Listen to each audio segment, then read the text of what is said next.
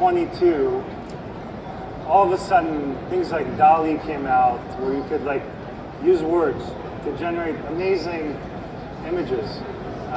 You could create lifelike pictures with just a few words. In this case, smiling Gandhi among his admirers. And Mid-Journey also came out, and then DALL-E 2, and there was all this excitement about generative AI that was starting to happen. It wasn't clear, like, how would you use this in the contact center? Like, it's still not clear. What do you do with images that can be generated in the contact center? So today I'm going to talk about generative AI that is absolutely useful in the contact center and different use cases that are obvious where contact centers can be improved. Now, who am I? I'm Ofer, the CEO of a new company called Tomato.ai. What we do is on calls with offshore agents. Sometimes it's hard to understand them. So we soften accents in real time, make it much more intelligible to understand, let's say, Indian accents, Filipino accents. That's the work we do. And I'll show you examples of that later, but there's many more use cases for call centers. And I'm somewhat of an authority because I've spent the last 6 years at Google, well, right before this, 6 years at Google, building Contact Center AI, including virtual agents, agent assist, helping agents on a turn-by-turn basis with answers, analytics for bots, virtual agents, and also outreach, proactive outreach that contact centers can do, all using AI. And so I've spent years doing that. I've even closed over $500 million in deals. Today, when you call AT&T or Verizon, you speak to a voice virtual agent that my team built for them in a data-driven way. So that's me. But let's jump into it. So, okay, in the past few months, all of us have heard of ChatGPT from OpenAI, and all of a sudden you could give a prompt in text, and it would give you whatever it is you asked for, and it was often like pretty good or amazing. So it was what we call fluent. Like the English was really good, whether it was correct or not. That's a hard problem that's still being solved, and we're going to talk more about it. But in the contact center, you can imagine just being fluent, speaking well, isn't enough. It needs to be the right answer. It's high stakes. So we're going to talk about that and how can you rein that in and make it more correct. Another use case, and this is the area we're in, is enhancing the voice. So imagine agents as they speak. You can make them all sound like Morgan Friedman, if you want, or like themselves. But whoever they're talking to, if they're in Australia, they should sound a little more Australian. And so you can localize the accent and make it a lot easier for the listener to follow what's being said. And so here's an example of a Filipino agent. I'll play the original and then the enhance, what it could have sounded like. I do really apologize for that, but I know what method actually. And it could have sounded like this.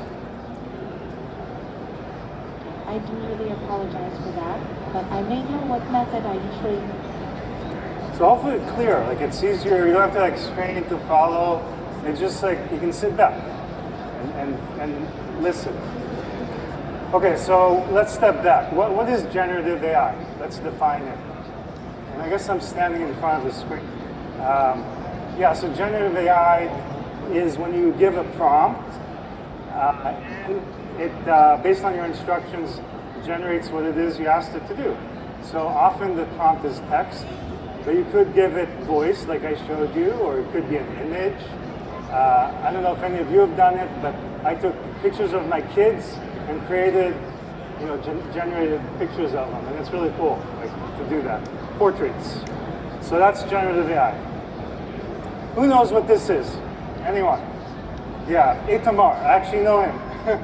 Flux capacitor. Flux capacitor. What's that? Anyone know what that Back is? to the Future. Okay, for the younger folks in the audience, it's from the movie Back to the Future. This is what takes you to the future. And Gen AI is taking us now into the future. Things that we saw in movies that was like science fiction, we thought would never come, is happening as we speak. And so I created this Gen AI benefits triad. So on the top right we have automation. That's a major benefit of generative AI. Another one is human superpowers. So like I showed you, you can enhance the voice, for example, of a person. And then the last one is personalization. Imagine not needing SDRs anymore, sales development reps. Automated list creation, outreach, multi-turn conversation to get your lead for the account exec. So there's all kinds of work being done to automate things that humans are doing today, or personalize it more than any human could. Okay, so we're going to talk about various use cases and where they fall in this triad. So if you look at the top right, automation, the big one is virtual agents. So that companies like 10x, the CEO is sitting right there, create virtual agents that their job is to automate calls that otherwise would go to a human agent at a fraction of the cost. For example, at one big telecom I've worked with, it's $9 a call. So that's how much you pay per call. What if that could be handled with a virtual agent? So that's like the big opportunity, and obviously lots of focus on virtual agents today. Another one up there is bot voice. So more and more, there's natural sounding, not robotic, synthetic voices being created. Like at Google, where I work, we had Hackathon 2, and now it's very much natural, very close to human. And there's a lot of work there as well. And you couple the virtual agent with the natural voice, and then you can automate a lot of conversations. So that's the big part of automation. Another big part is those notes agents take at the end of a call. That's usually a couple of minutes of work. That's actually a low-hanging fruit. A lot of companies are using ChatGPT to just summarize the call. And that saves time, and it's about automation. So those are major automation ones. If we go to the top left, which is human superpowers, at Google, for example, a big one was Agent Assist, and there's other companies like Cresta and ASAP and other ones that are all about, as the call unfolds, feed the agents answers. Like, all the time. Feed them documents, feed them like specific answers, sometimes even dynamic answers. This is the balance. It gets it from an API. So that's Agent Assist. That's been around a few years now, and it's still pretty challenging to get right, but there's a lot of value in that. And it's especially helpful for newer agents that are not yet fully trained to get up to speed. And then there's my area, which is voice enhancement. So like I said, you can reduce accent or soften accents. You can make everyone sound like Oprah. You can someone in Boston could have a southern accent. There's a million combinations, but in a few years, no one would think of running a contact center without optimizing for voice. Like, why would you not have the best voice for this use case? And also, it's going to create more jobs internationally. Like, people all of a sudden can get jobs otherwise they couldn't, because now they're intelligible. Okay, let me round it up. The bottom is all about personalization. So around personalization, there's work to train agents. So every agent needs different kind of advice as to how to get better, right? And so there's going to be more and more work to dynamically provide advice so agents can get better at their work. And then there's custom outreach. I touched on that. Replace, especially SDR work, like repeatable kind of outreach. That should be automated and done at scale. Why not have 2,000 SDRs instead of the 10 you have today? You just scale it infinitely. Okay, so those are our use cases. We're going to go deep into some of these, go deeper, and unpack them. So There's a fellow Googler named Barak who he led translation at Google, and he wrote a blog post about Gen AI, specifically about the kind of Gen AI we see with ChatGPT, the large language model type. And he put things on this two axes. One is fluency.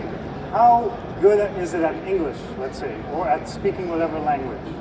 The other, the x-axis is all about accuracy. How correct is it in what it's saying?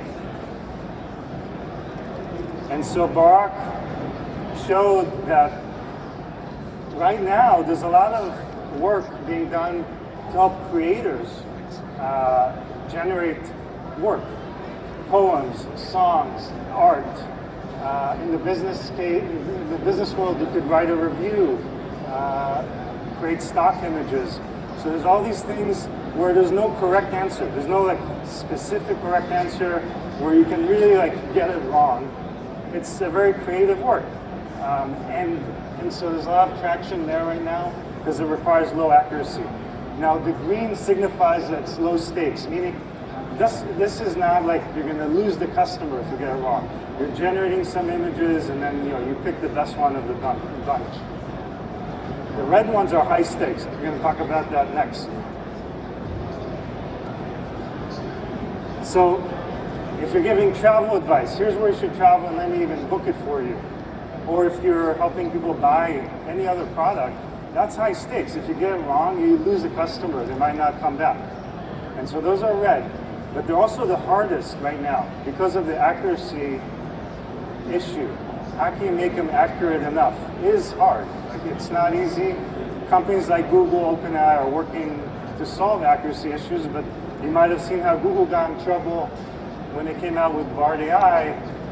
You got something wrong in the generated speech, right? So you're measured by accuracy. Now let's layer in 5 of the use cases from the earlier slide.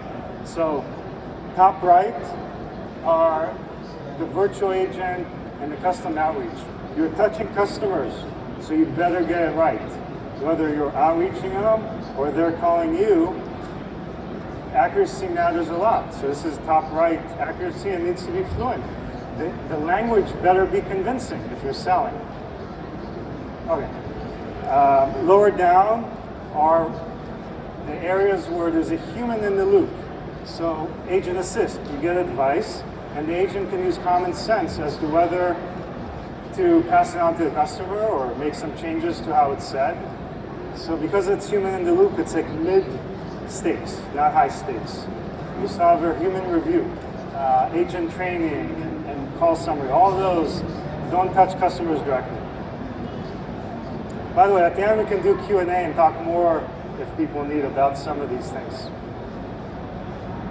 Let's go deeper. So how are these things built, these 5 things, like virtual agents, like agent assist? Well, the underpinning, a lot of times, is a concept of intent.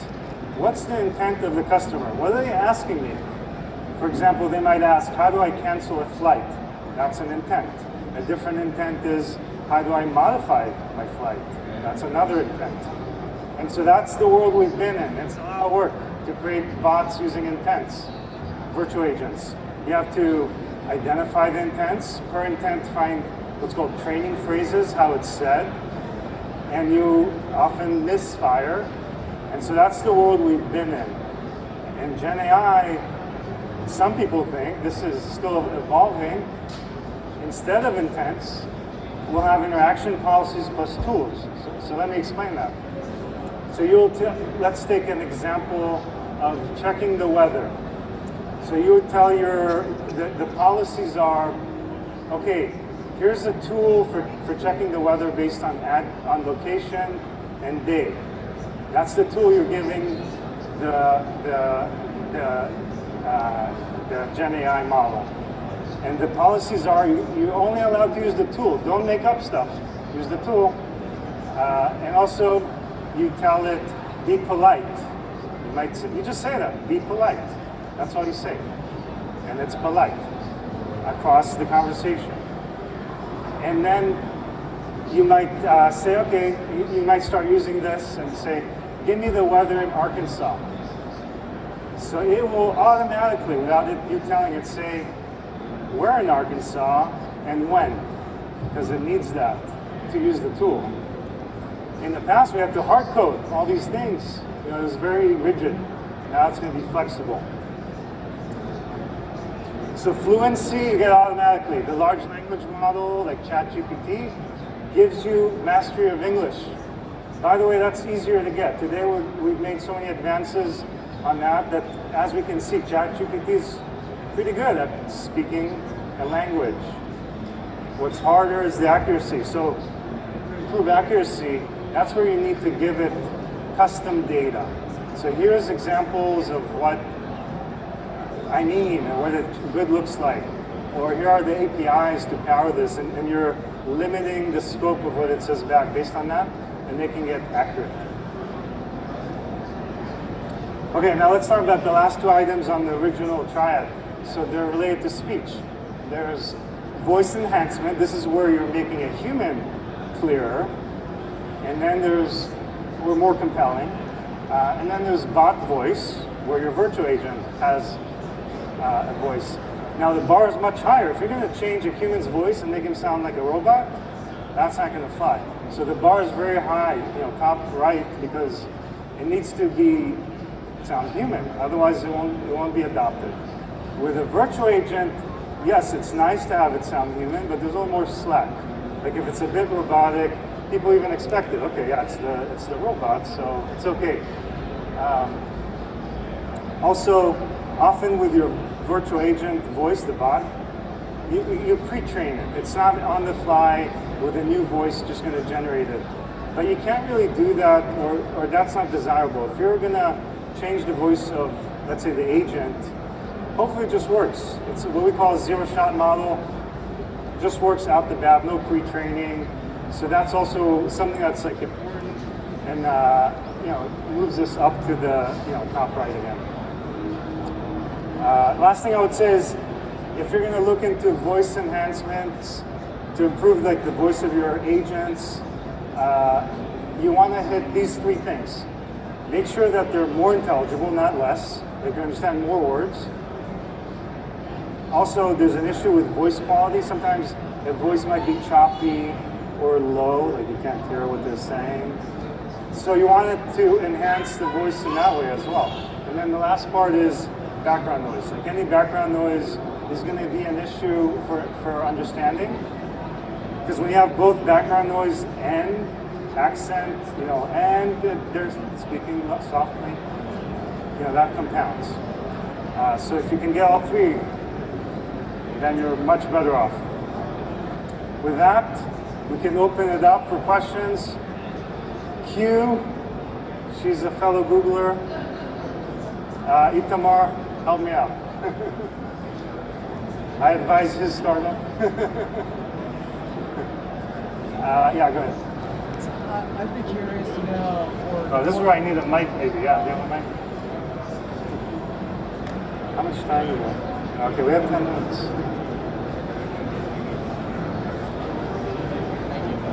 So for the voice enhancement, I would be curious to know what metrics would you use to measure the quality of the output noise? Like, do you compare with features from, speech is spoken in certain areas? Like, how would you measure the quality of the output? Okay, so the question is, how do we measure the enhanced voice quality? And so there's something called MOS score. It's a standard way of measuring 1 to 5. You create a panel of the target audience speakers, and they score, and you get like a statistically significant score across different dimensions: intelligibility, naturalness, how human does it sound, acoustic quality, and so on. Does that make sense? Subjective surveys. Yeah, you get data. Yep. Yeah. Oh.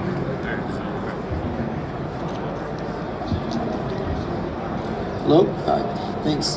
How do you deal with the latency that some of these large language models introduce with speech? You got to have some bounds on the latency.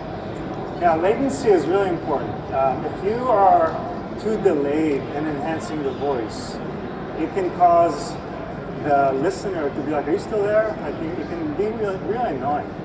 And so, my CTO led speech to text and text to speech at Google Engineering, and so we're using some techniques we learned to make it as low latency as possible. What's acceptable is 200 milliseconds. So 0.2 of a second is like the sweet spot where like the human ear doesn't detect. It allows you for it allows for a natural flowing conversation. I can go with you offline into it if you want. Okay, any other questions?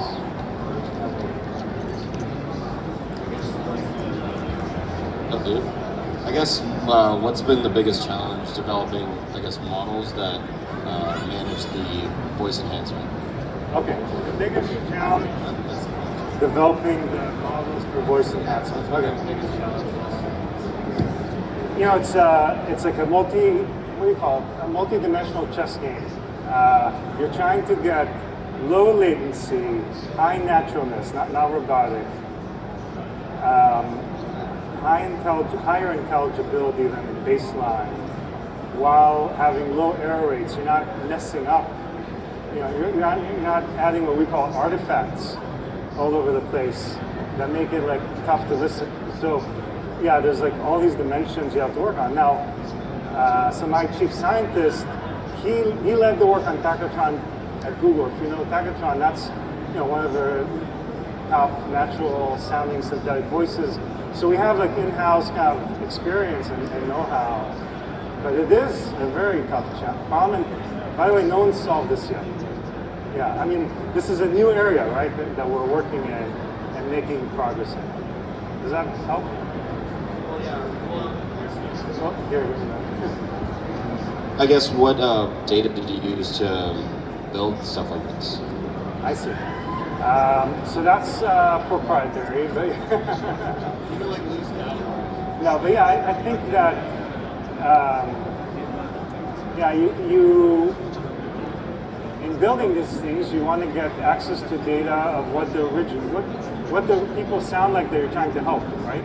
So you need a data acquisition strategy to be able to get like the kind of data you need. In our case, accents that you're helping with. Yeah, that's the short answer.